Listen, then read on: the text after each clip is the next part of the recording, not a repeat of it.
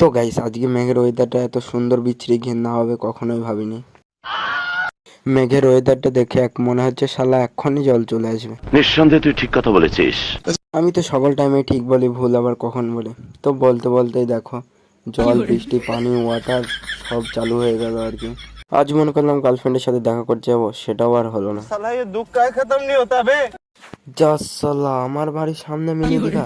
এটা তো impossible, I am possible. আমি কখনোই ভাবিনি আমার বাড়ির সামনে এত বড় একটা মিনি দীঘা তৈরি হয়ে যাবে। হালকা করে পানিটা ছাড়তে আমি চলে যাই আমার গার্লফ্রেন্ডকে খোঁজার উদ্দেশ্যে। তখনই আমার কান বলে উঠল, খ্যাপা চোদা, তুই গার্লফ্রেন্ড কোথায় পাবি রে? তোর টাকা ঠিক করে দাঁড়াতে ওঠালে। गजब बेइज्जती है। তো আমি ওর অপমান না সহ্য করতে পেরে চলে আসি ভাঙাচোরা একটা রাস্তা দিয়ে। কোথায় যাচ্ছি আমি সঠিক নিজেও জানি না। ওর অপমান খাওয়ার পরে আমার কিছুই মনে নেই।